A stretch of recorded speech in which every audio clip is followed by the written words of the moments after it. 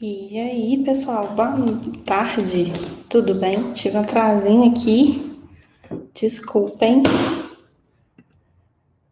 problemas técnicos acontecem. Então, gente, boa tarde, meu nome é Camila, e hoje eu vou falar um pouquinho para vocês sobre a síndrome da impostora, ou do impostor, como preferirem, a gente ainda vai falar sobre essa polêmica, e como que a gente identifica essa síndrome que pode, ou provavelmente está, sabotando aí a sua carreira. Como eu disse, meu nome é Camila, eu trabalho com marketing, especificamente digital, já há 10 anos e fundei o Ex-Impostoras junto com uma amiga e companheira de trabalho, a Thaís. Hoje ela não tá participando aqui com a gente para poder representar o Ex-Impostoras, estou só eu mesma, mas depois dei uma olhadinha lá no nosso perfil, tem bastante conteúdo legal, inclusive bastante conteúdo dela também. Minha terceira vez na campus, então já posso pedir música para o Fantástico, eu acho. Em outros momentos eu falei sobre marketing digital, inclusive, então é a minha estreia aqui falando sobre as impostoras. E eu me considero, gente, uma resolvedora de problemas, acho que quase nata, assim.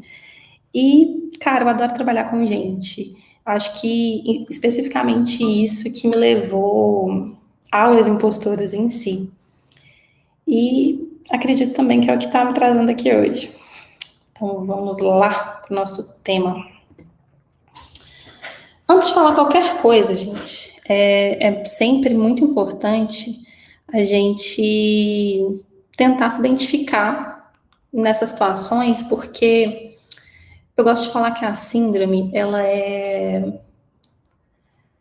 uma sensação que a gente tem, mas que muita gente acha que é normal, sabe? É como se as pessoas, elas simplesmente tivessem que se sentir assim, que fosse normal esse sentimento. É muito comum que as pessoas, quando elas se identificam na síndrome, elas falam, cara, é isso. Você deu nome para o que eu senti a minha vida toda. E eu sempre gosto de começar fazendo essa identificação de situações, porque é quando a gente começa a ter ali um gatilho de falar, cara, acho que você pode estar certo. Acho que tem alguma coisa aí que realmente não tá de acordo. Então, coisas como se a gente recebe um elogio qualquer, né? Então, seu cabelo tá lindo. Ah, não, imagina, ele tá sujo. Ou pensamentos de nem vou me candidatar para essa vaga, eu já sei que eu não vou passar mesmo. Quem é que vai querer ouvir o que eu tenho a dizer?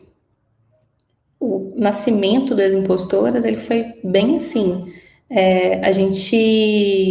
Eu, na minha área, já aí com uma década de experiência, a Thaís também com bastante experiência na área dela, que é relações públicas, a gente queria falar sobre as coisas que a gente gosta nas nossas áreas, e a gente chegou à conclusão de que, cara, eu não vou falar sobre isso, porque ninguém vai querer me escutar. Quem que sou eu na fila do pão para as pessoas escutarem o que eu tenho a falar? E foi a partir desse sentimento, foi a partir desse questionamento que o Ex-Impostora surgiu.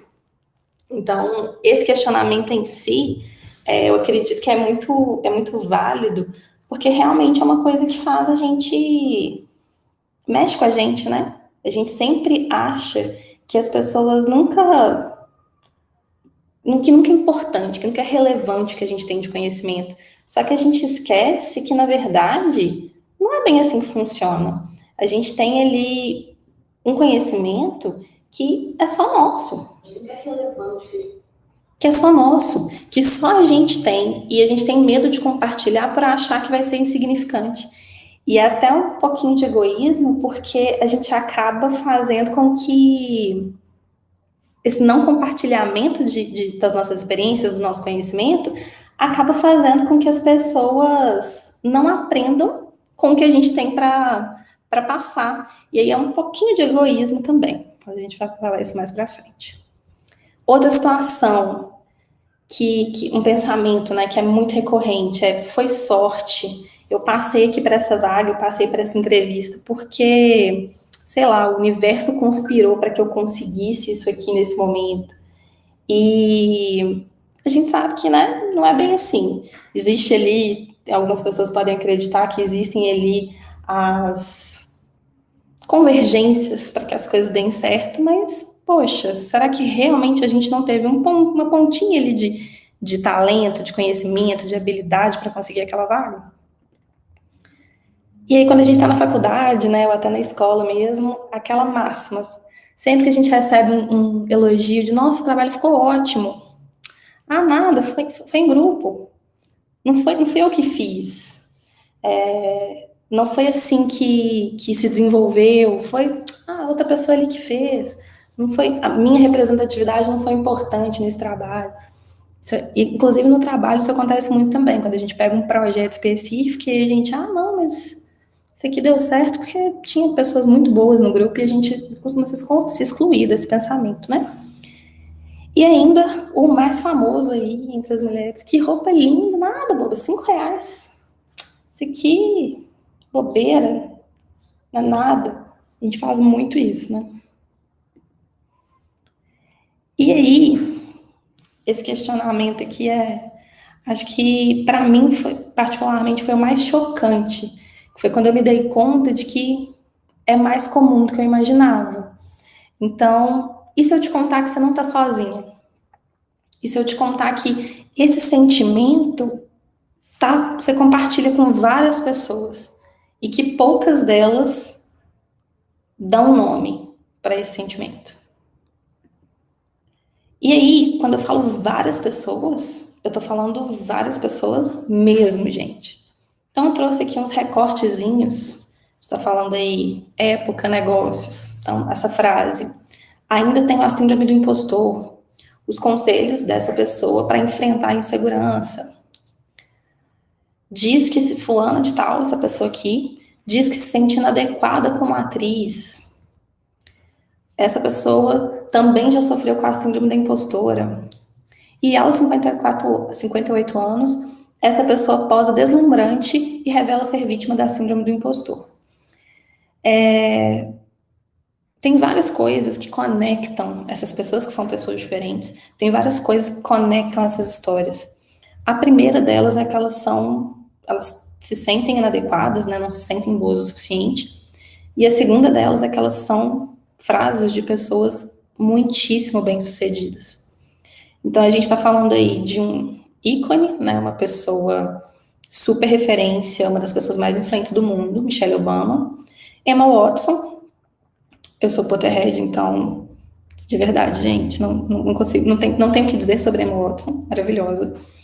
Jennifer Lopez, tá aí, digníssima, já com vários anos de carreira. E Michelle Pfeiffer, outra, né, atriz super referência. E, cara, o que faz com que essas mulheres, apesar da gente ter um senso comum, eu tenho certeza que se eu perguntar aqui, tô vendo aqui, tô olhando pro lado porque eu tô vendo aqui os comentários de vocês. Eu tenho certeza que se eu perguntar aqui, todo mundo vai falar, cara, essas pessoas são bem-sucedidas. Primeira coisa, né, mais importante na nossa sociedade, elas são ricas. Elas elas têm uma carreira estável, elas têm uma carreira de sucesso. Então, o que faz com que essas pessoas ainda assim se sintam inaptas para o que elas fazem? E aí, só fazendo um adendo aqui sobre a Michelle Obama, ela não é só a mulher do Obama não, tá, gente? A Michelle, ela é advogada, se formou, não vou lembrar agora da universidade, mas se formou em uma das melhores universidades dos Estados Unidos. Então, ela tem aí a carreira dela à parte também, caso surja alguma dúvida. E o que faz com que elas, ainda assim, ainda com essa aprovação social tão forte, se sintam inaptas, se sintam não boas o bastante, se sintam insegurança? E aí, entrando aí na síndrome, né? Muita gente pensa que esse termo, né, síndrome do impostor, síndrome da impostora, é uma coisa que surgiu, sei lá, semana passada, surgiu em tempos de pandemia. E não é bem assim, gente. O termo, ele foi cunhado, ele foi, na literatura, né, científica, ele apareceu a primeira vez na década de 70. Então, essas duas pesquisadoras da Universidade de Georgia, nos Estados Unidos, a Clancy e a Imes, as duas, elas fizeram uma pesquisa ali na universidade mesmo, com 150 mulheres. Essas mulheres, elas fizeram uma lista ali de mulheres que seriam consideradas como mulheres bem-sucedidas. Então, algumas com carreira estável, outras com uma carreira acadêmica e de dar inveja a qualquer pessoa, com artigos publicados em revistas importantes, enfim. E, no fim dessa pesquisa, elas chegaram à conclusão de que existia uma coisa que conectava todas essas mulheres e que elas deram um nome lá em 1978 de fenômeno impostor. Não se sabe, não foi divulgado exatamente o motivo delas terem feito essa pesquisa só com mulheres, mas vem a calhar muito aqui para a nossa situação, para o nosso tema do dia. E o resultado foi muito claro, assim, todas as mulheres, elas se sentiam inseguras, e apesar de serem, novamente, assim como as nossas 4 mulheres do tema anterior, elas não se sentiam boas bastante. Então, essa coisa que as pesquisadoras chamaram ali de fenômeno impostor, que conecta essas mulheres, fazia com que elas se sentissem menos do que de fato elas eram, elas são. Então, vamos trazer isso para a nossa realidade agora. Beleza, Camila, entendi. É uma sensação, né, um sentimento ali ilusório de inferioridade. E várias pessoas sentem, pessoas importantes sentem, mas e eu, mero mortal? Faço o que com essa informação? Pensa que marca um pontinho aí para cada um desses tópicos que você marcar, que você der check aí como válido, como sentimento que você tem. Vamos aqui junto. Se você não se sente boa o suficiente, e aí pode ser no trabalho, pode ser no estudo, pode ser num projeto que você está. Se você sente que precisa da validação dos outros constantemente, então sempre tem que ter uma pessoa ali para falar, cara, tá dando certo, ou vai lá, foi positivo isso aqui, enfim, pode ser um problema. Se você vive se comparando com outras pessoas, então o outro sempre é melhor. Se você não consegue tomar decisões sozinha, se você é extremamente perfeccionista. E aí, gente, perfeccionista, eu não tô falando aqui daquele tema, como a gente fala em entrevista de emprego, não, tá? Não sou perfeccionista. Tô falando perfeccionista mesmo. Uma pessoa que, assim, tange ali o problema porque ela deixa de entregar coisas e que se foi uma coisinha ali com um errinho, ela coloca toda a carreira, toda a experiência, todo o background dela em xeque. Então, se você se sente sobrecarregada constantemente, se você não se considera merecedora das suas conquistas, e aí tem muito aquela questão lá, foi o universo que me ajudou, alguém foi com a minha cara, enfim. Se você se sente uma fraude, se você pensa que as outras pessoas sabem mais que você, se você pensa que tudo que você conquistou foi por sorte, se você procrastina com frequência, está muito ligado com o perfeccionismo também. Se você tem dificuldade de concluir as coisas, se você é muito crítica com você mesma, se você precisa provar para os outros que é capaz, se você tem receio que alguém descubra que você não é competente, que talvez você nem devia estar ali, e se você tem vergonha de admitir que não sabe alguma coisa. Essas características, elas são características muito comuns em pessoas que têm a síndrome. E aí, só fazer um adendo importante aqui, porque muitas pessoas acabam por chamar síndrome, né? Que no passado, falei para vocês que era caracterizado como fenômeno, muitas pessoas acabam pensando que é uma doença, né? E, na verdade, gente, não é reconhecida pela ciência, pela psicologia, como uma patologia. Então, a síndrome do impostor, ou da impostora, ela é reconhecida como um problema, mas não como uma patologia de fato.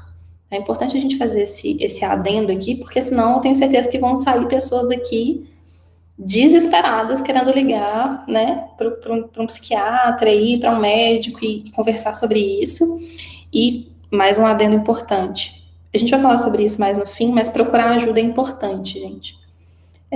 Não estou falando para você não procurar ajuda, mas é importante que você saia daqui também com a certeza de que isso não foi identificado por uma sociedade de pesquisadores, de pessoas ali conhecedoras da área, como uma doença.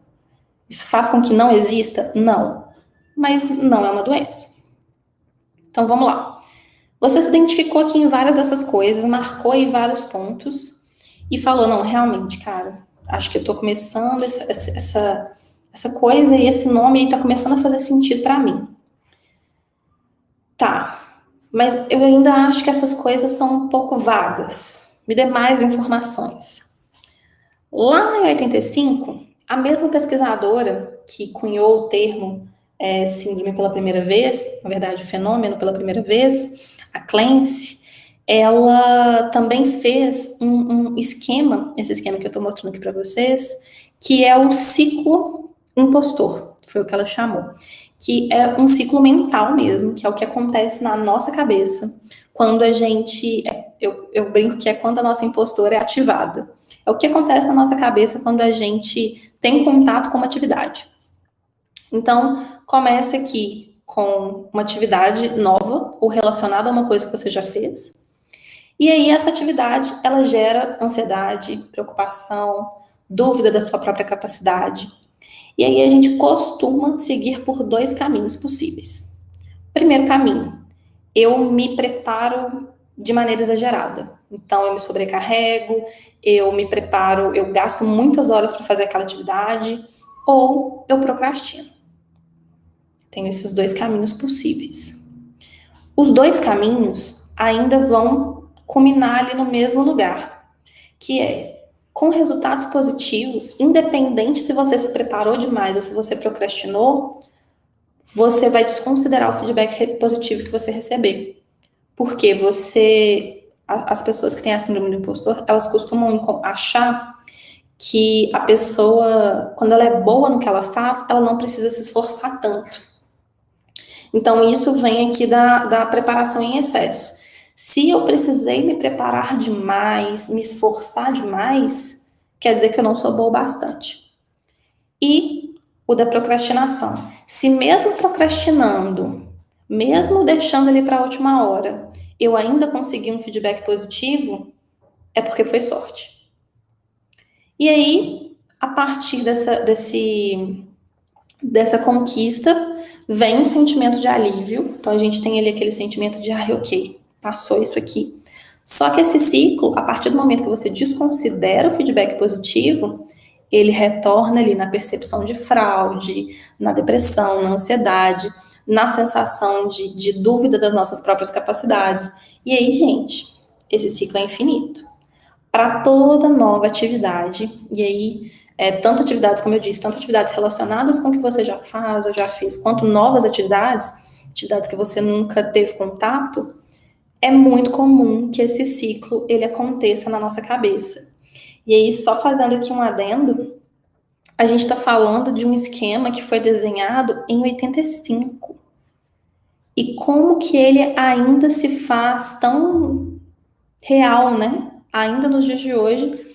Isso ainda eu particularmente, eu me vejo muito nesse ciclo aqui. Eu olho para cá e falo, cara, é isso aqui. É exatamente esse o meu modus operandi, sabe? E o primeiro passo para a gente mudar qualquer tipo de comportamento, para a gente melhorar uma coisa que precisa ser melhorada, é a gente tomar consciência daquilo. Então, a partir do momento que eu vi, que eu conheci esse ciclo, quando eu, pesquisando mais sobre essa pesquisa das pesquisadoras lá de 78, foi o momento que eu comecei a questionar algumas das atitudes que eu tomo enquanto impostora. E aí na vida, né? E aí, só ressaltando aqui uma parte importante que a gente já falou. Então, o ciclo vicioso, ele tem dois eixos centrais, ou a pessoa procrastina, ou ela trabalha demais. E tudo isso sempre gera em torno de dúvida da própria capacidade, ansiedade, preocupação, depressão, e por aí vai. Muitos sentimentos negativos que fazem a gente duvidar da gente mesma e, na verdade, uma coisa vai puxando a outra, né? Então, se eu tô duvidando de mim, eu procrastino, ou eu trabalho demais, e aí eu tenho o sentimento de que eu tive sorte, enfim, o ciclo mesmo. Beleza, Camila, mas o tema da palestra não é só síndrome do impostor. O tema da palestra também é autossabotagem. Você me prometeu lá atrás que, além da gente conseguir identificar a síndrome, eu conseguir falar, não, beleza, eu tenho essa síndrome aqui, um outro ponto também seria como que eu identifico a autossabotagem e como que ela afeta a minha carreira. Só tomar uma água. Gente, tá indo muito rápido. Vou até parar um pouquinho aqui, ver os comentários de vocês. Eros, material muito bom. Obrigada, Eros. Canva salva a gente, gente. Se você não usa o Canva, use o Canva. Canva é maravilhoso. Sara. Ah, obrigado, Sara.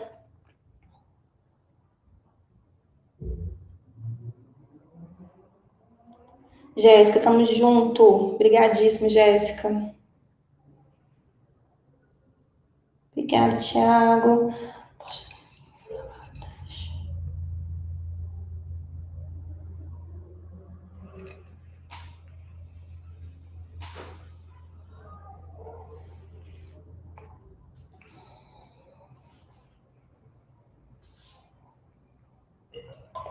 Beleza, gente? Vamos lá.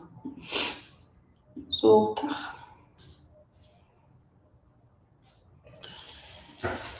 Então, falando sobre autossabotagem. O próprio nome já diz, né? Então, quando a pessoa se sabota. Mas exatamente como que essa sabotagem acontece.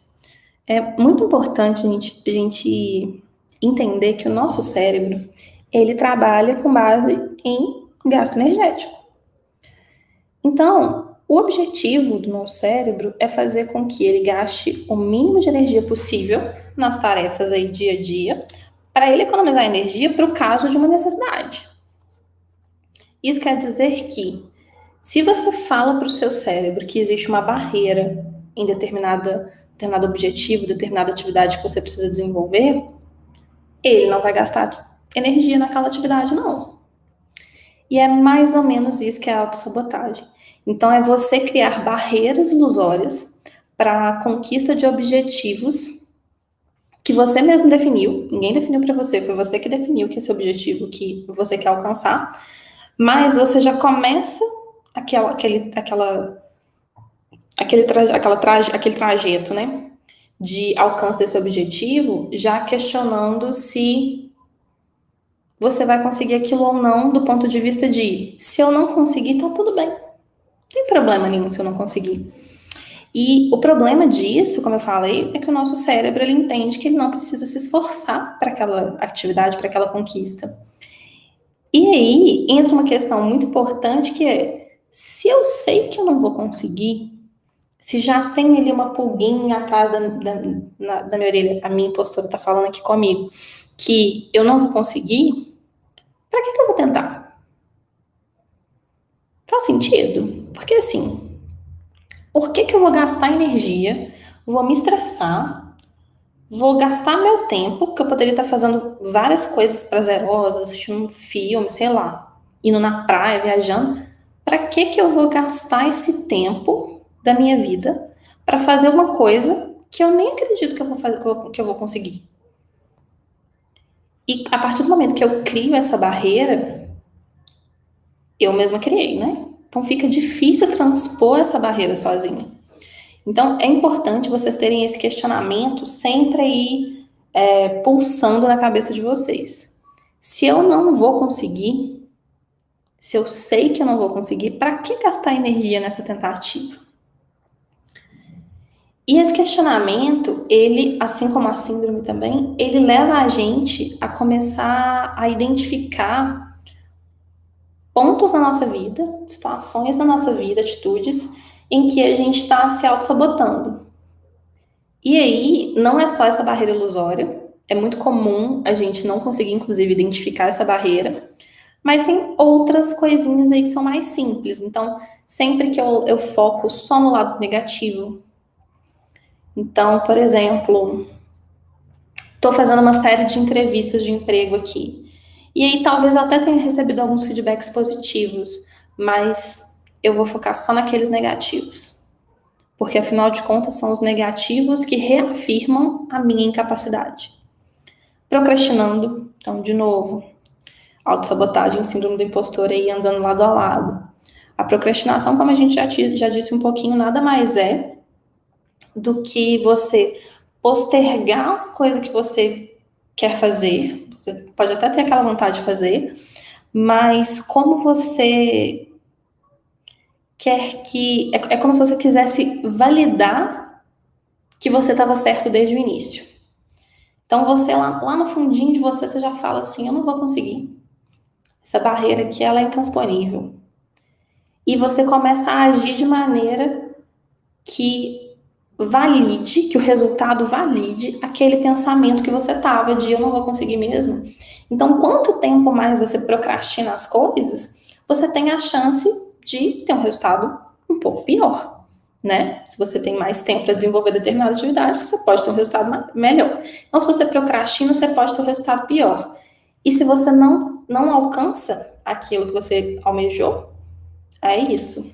É aquela validação de, não é isso mesmo. Sabia que eu não ia conseguir, eu sabia desde o começo. É quase como um mecanismo de defesa. É como se a gente falasse assim com o nosso cérebro. Cara, eu já sabia que não ia conseguir, isso aqui nem é tão importante assim. Recusar ajuda. Então, mais uma vez, é um artifício, né? Assim como o contrário da procrastinação, recusar ajuda é um artifício que, se você aceitasse a ajuda, poderia te ajudar a alcançar aquela coisa. Mas como você tá querendo validar aquela sua crença de que você não vai conseguir, você recusa ajuda. Comparação em excesso. Então, a partir do momento que você chega à conclusão de que se você nunca for como aquela pessoa maravilhosa, você nunca vai conseguir alcançar aquilo, mais uma vez, você não está dando para o seu cérebro motivos para gastar energia com aquele objetivo. E o que eu mais gosto, particularmente falando, que é ter medo constante de errar. O medo de errar, gente, ele é quase que um tema à parte, assim, para mim. Porque a gente tem no Brasil a cultura do fracasso. A gente não é ensinado, desde muito novo. Eu tenho a sensação, e aí tô falando da minha realidade, tá, gente? Eu tenho a sensação de que os homens, eles são mais... Os meninos, né? Na verdade, as crianças do sexo masculino aí. Os meninos, eles são mais ensinados, eles sabem lidar melhor com o tombo, né? Com o fracasso, com o erro. Fracasso é uma palavra muito forte, mas com o erro. Então, quando a gente vira para uma menina e fala assim com a menina, nossa, não sei se aí no estado de vocês, né, a gente está falando com pessoas do Brasil todo, eu não sei se aí no estado de vocês tem esse ditado, mas aqui em Minas tem muito da gente falar que uma perna marcada, perna de criança marcada, cheia de cicatriz, cheio de roxo e tal, não é uma perna de menina, de mocinha, uma perna de menino. O que quer dizer essas cicatrizes ali na perna daquela criança? Assim, né, gente? Tô falando de uma criança saudável, tá? O que pode querer dizer? Que brincou muito, que caiu, mas que, sei lá, aprendeu a andar de bicicleta, que subiu o muro, mas que se divertiu com os amigos, sabe? Subiu em árvore. E com as meninas não é assim. Então, desde muito novos, a gente aprende que o erro, cair, né? Fracassar, não é aceitável. E a gente cresce com essa cultura na nossa cabeça e a gente faz de tudo para evitar o erro e a gente sente vergonha do erro. Quando, na verdade, quando a gente pensa racionalmente, né, de maneira fria, a gente percebe que o erro, ele nada mais é do que o sinal de aprendizado. Tem uma coisa muito legal na cultura de startups, especificamente, que tem aquela coisa de errar rápido para acertar rápido, né? Que está muito vinculado a, mesmo quando você errou, você aprendeu o que não fazer.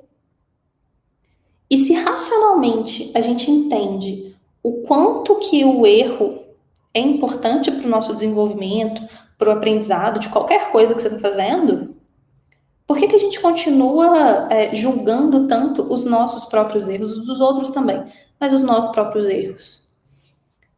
Vou pegar um exemplo aqui que para mim é o mais claro. Eu passo pela mesma coisa, várias pessoas que eu conheço também. Inglês.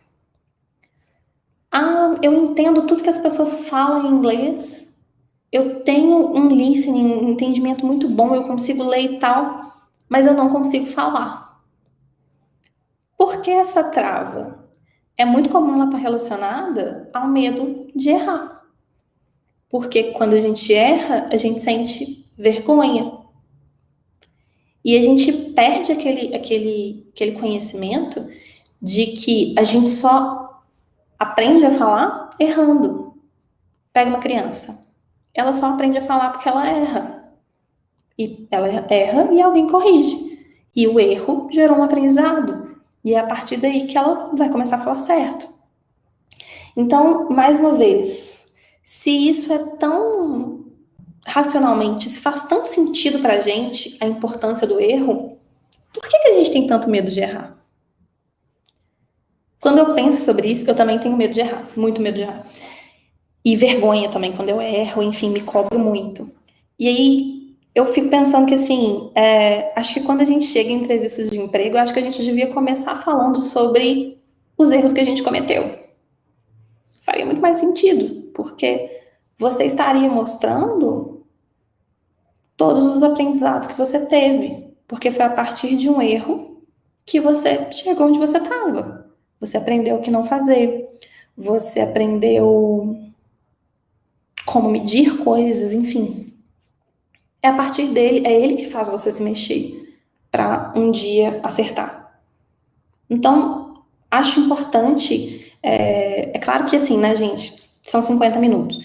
Então, isso aqui é um recorte mesmo. É um tema que a gente está aí já há anos falando, e eu trago para vocês aqui, na verdade, são pílulazinhas para vocês saírem daqui refletindo sobre isso. Então, reflitam um pouquinho sobre essa cultura do fracasso, sobre como que a gente dá muita importância para o fato da possibilidade da gente errar e a vergonha que a gente sente. Acho que é importante essa reflexão. E aí, beleza. Então, a síndrome do impostor, Camila, vamos fazer um apanhado geral aqui, para tomar mais uma água. Obrigado, Luísa, tá adorando. Isabela, você é uma impostora? Eu também, Isabela, tamo junto. Indianara tá estudando idiomas? Tem que falar, Indianara, eu tô nessa mesma situação. Eu entendo tudo, mas não consigo falar. Travo, morro de medo de errar.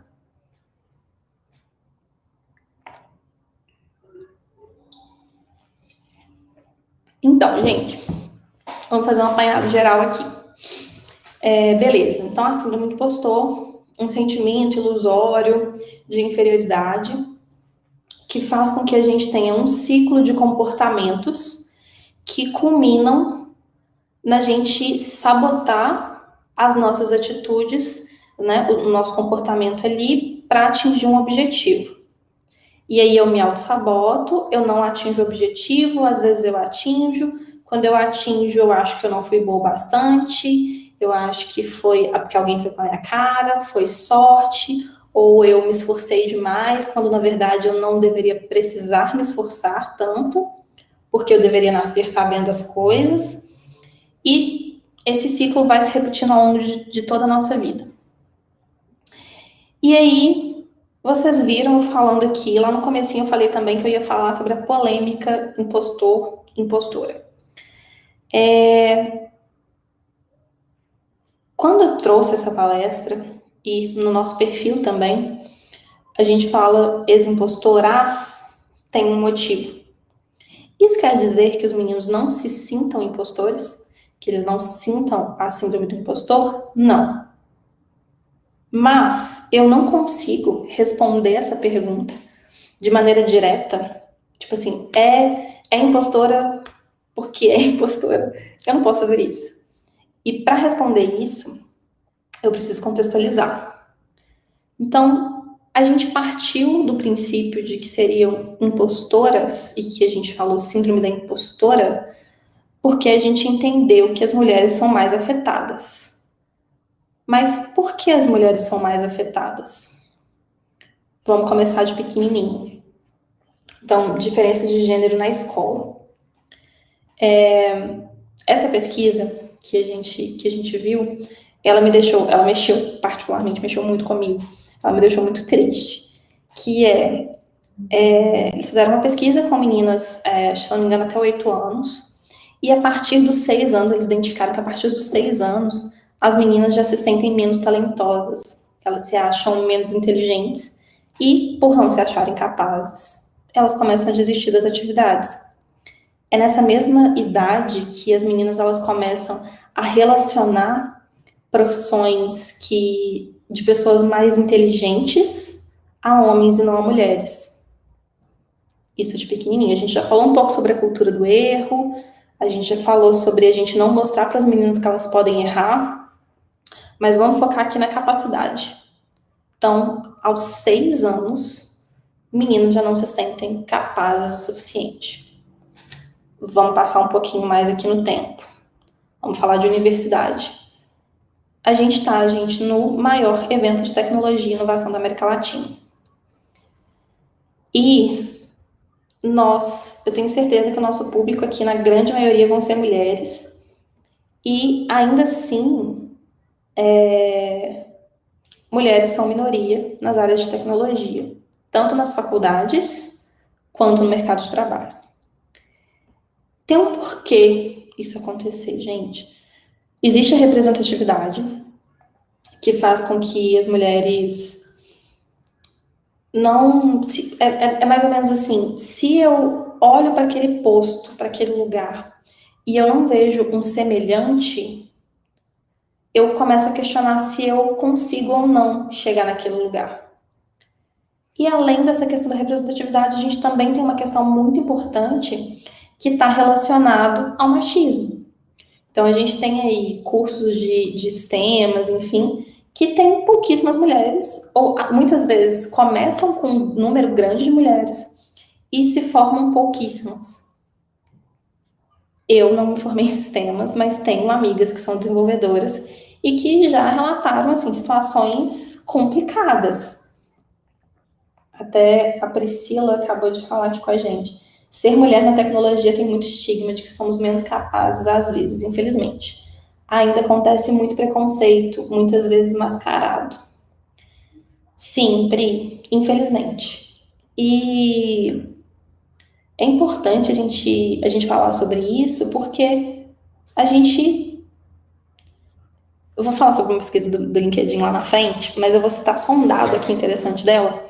LinkedIn fez uma pesquisa há um tempo atrás, e eles disseram que as mulheres, elas têm 18% mais chance de serem escolhidas para uma vaga de trabalho. Se a gente tem mais chance, se a área de tecnologia, ela é tão ampla, né, a gente tem muita vaga, por que a gente ainda é minoria? Por que ainda existe esse pensamento de que a mulher veio para enfeitar, é bonitinha, não tem tanta inteligência, se é bonita não é inteligente? A gente não pode desconectar, eu não consigo falar desse tema sem falar de machismo estrutural. É um tema que dá dias de palestra, mas é importante a gente lembrar que essas coisas elas estão conectadas. Sempre que a gente vai falar sobre o tema da síndrome do impostor, a gente precisa desse embasamento, até histórico, porque há pouquíssimos anos as mulheres precisavam da permissão dos maridos para trabalhar. Então, não tem como, numa sociedade que há poucos anos eu precisava da autorização do meu marido para trabalhar, eu ser maioria em determinada área. Essas coisas, elas não convergem. E quanto mais a gente questiona esses papéis, maiores são as chances deles mudarem. Então, voltando aqui, não vou abrir esse parênteses demais, não, voltando. Por que as mulheres são mais afetadas? A gente falou sobre diferença de gênero na escola, diferença de gênero na universidade, diferença de gênero na carreira. Quem dera, gente, o maior problema da diferença de gênero na carreira fosse a média salarial. Quem dera. Infelizmente, a gente não vê uma representatividade importante, expressiva, de mulheres em não só áreas, mas também em cargos importantes. Tem um livro que eu li há um tempo atrás, O Mistério da Dinamarca. É sobre uma mulher inglesa que vai morar na Dinamarca. E aí esse livro, ela é jornalista, e esse livro ela relatando ali como é que foi essa mudança para ela, enfim. E aí tem uma parte do livro que ela entra especificamente sobre as questões de gênero. A Dinamarca, não sei se vocês sabem, mas é um dos países com maior igualdade salarial entre homens e mulheres. E aí ela entrou nessa questão de gênero, ela entrevistou algumas dinamarquesas para poder entender e tal, e ela fez uma colocação no livro, o livro nem era sobre esse tema, era sobre felicidade, países felizes. Mas ela fez uma colocação que me fez refletir muito. Ela, inglesa, como eu disse, e aí ela falou assim que crescer em um país onde as duas cabeças mais importantes, o centro do poder do país, eram mulheres, foi muito representativo para ela. Então a gente está falando aqui de Margaret Thatcher e da Rainha Elizabeth. Quando ela era criança, ela cita que quando ela era criança, ela achava que homens não podiam estar no governo. Por quê? As pessoas mais importantes nos cargos do governo eram mulheres. E ela achava, ela tinha ali uma concepção que não podia ter homem. É engraçado porque eu particularmente não consigo conceber uma realidade em que eu olho para um cargo de poder e eu pense, ou enfim, uma criança pense, que uma mulher não podia ocupar aquele cargo. Então é uma realidade muito fora para a gente, né? Para a gente mulher, para a gente mulheres brasileiras. Mas eu não, aí novamente voltando para o nosso tema, eu não consigo justificar para vocês o porquê usar impostora e não impostor sem falar da diferença de gênero na carreira. E quando o LinkedIn traz dados como esse aqui, que homens se candidatam a vagas de emprego quando cumprem 60% dos requisitos, enquanto mulheres acham que precisam cumprir 100% dos requisitos para se candidatar, a gente tem um problemão. Porque eu tenho mulheres que, desde crianças, desde os 8 anos de idade, não se sentem capazes, não se sentem boas o suficiente, elas não veem representação ali em áreas diferentes, e mesmo quando elas têm habilidade, quando elas têm capacidade, quando elas se encaixam naqueles cargos, elas ainda se candidatam menos. E aí, tudo isso para poder contar para vocês que eu não posso, eu e Thaís, né? Thaís está aqui assistindo a gente também.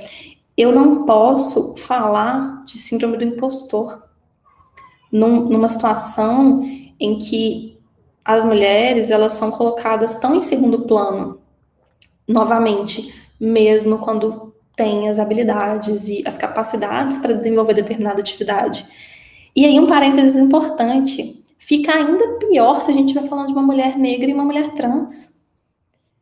Então, como que a gente ia ter coragem de falar de síndrome do impostor e não da impostora? São coisas que não fazem sentido juntas. Então, essa é a justificativa. Por isso, impostora. Porque realmente, quando a gente fala de um todo, quando a gente fala de impactos, a gente está falando de um impacto muito maior no público feminino do que no público masculino. E aí, a gente já tá, deixa eu ver o tempo aqui. Ixi, nosso tempo tá meio querendo acabar, né? E aí, falando sobre situações que a síndrome se manifesta mais. A Rafa Brites, não sei se vocês conhecem, mas ela é jornalista, ela escreveu um livro, tem um TED dela sensacional, super indico, que ela fala essa frase, empacar, para citar situações que são mais comuns da síndrome aparecer. Então, sempre que a gente está em evidência, sempre que a gente tem que lidar com machismo, sempre que a gente está numa relação em que a gente tem mais poder, sempre que a gente passa por uma situação de avaliação, uma pessoa está me avaliando, sempre que existe um confronto de ideias, sempre que eu estou em ascensão e sempre que eu tenho reconhecimento, é quando a minha impostora ganha destaque. E são essas situações que fazem ela brilhar. E aí ela toma frente a mim e faz com que todo aquele ciclo aconteça. E eu não podia falar para vocês sobre questões conceituais aqui sem falar como lidar com isso. Então, primeira coisa, reconheça suas conquistas e não se esqueça delas. Não, você não chegou onde você está por sorte. Não foi Deus que olhou para você e falou assim, cara, eu vou fazer aquela mulher ali brilhar. Foi você. Ele pode ter te dado, se você acredita nisso, ele pode ter te dado as habilidades para você fazer isso, mas foi você que conquistou. Lixe as suas conquistas, não se esqueça delas. Entenda que errar faz parte. Absorve para você que o erro é aprendizado. Ele não é a pior coisa do mundo. Se conheça. Conheça suas fortalezas, suas fraquezas. Trabalhe o que você precisa trabalhar. Lista as atividades, as habilidades que você precisa desenvolver e se desenvolva nelas. A gente não é perfeito, a gente não precisa ser, mas a gente precisa se conhecer para saber o que trabalhar. E se precisar, de novo, como eu falei, procurar ajuda. Ajuda profissional, ajuda de um amigo, uma amiga que você confie. Entenda que a sua impostora, ela vai falar com você para te colocar em xeque. E é sempre bom a gente ouvir uma segunda opinião quando ela tá falando mais alto. E se eu pudesse, de todo esse tempo aqui que eu tô falando para vocês, deixar uma única mensagem, seria: quando você pensa sobre uma coisa, quando você se critica sobre uma atividade, uma atitude que você teve, esse pensamento que veio sobre você teria coragem de repetir esse mesmo pensamento que você teve sobre você em voz alta para uma outra pessoa? A gente tem a tendência a ser muito crítico com a gente. Então, eu provavelmente vou acabar aqui essa apresentação e vou falar, cara, errei várias coisas, meu computador parou de funcionar, que burra. E aí eu me questiono. Eu chamaria uma colega de trabalho, um colega de trabalho de burro por esse tipo de problema? Se eu chegar à conclusão que essa é uma avaliação que eu não faria em voz alta para uma outra pessoa, eu também não devia fazer para mim mesma. Então, presta atenção. Quando você chegar nessa conclusão que você não repetiria isso em voz alta, é a sua impostora falando. Critique a sua impostora, mas não se autocritique demais. E, para finalizar, seja uma mulher que levanta outras mulheres. É para isso que o As Impostoras foi criado, é para a gente encorajar as mulheres a serem protagonistas. E o nosso objetivo é desconstruir a síndrome e criando aí uma rede de apoio através do Instagram, que é onde a gente produz mais conteúdo. E, cara, gente, de verdade, eu fiz de tudo para não trazer política para esse lugar, mas se até o nosso presidente se considera apto para fazer o que ele faz, quem que é a gente para ter síndrome da impostora? Sabe? Tipo, eu tenho 10 anos de carreira. Não tem porquê eu deixar a minha impostora falar mais alto que eu. E vamos juntas. Venham fazer parte dessa rede de apoio com a gente.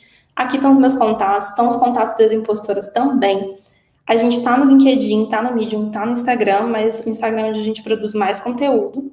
Siga a gente lá. E, cara, vamos juntas. Vamos fazer essa rede crescer e fazer desse mercado aí, mercado de trabalho principalmente, mais feminino, mais igual e mais confortável pra gente, para que a gente consiga ter uma vida aí mais equilibrada. E é isso. Produção, 5 minutos há um tempo atrás. Nossa, corri aqui no fim. Gente, vou dar uma lida aqui nos comentários. Eu já parei de compartilhar, não parei agora. Desculpa.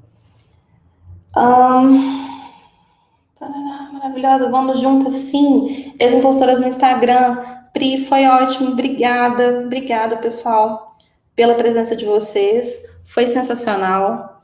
Mais uma vez, Campos, obrigada pelo convite. Um prazer estar de volta nesse palco, mesmo que virtual. E minha produção aqui, obrigada pela paciência com os meus erros técnicos. E, gente, é isso. Sigam a gente. Um abraço para vocês. Curtam aí o restante desse evento maravilhoso. Tem muita palestra legal. E seguimos. Tchau, gente.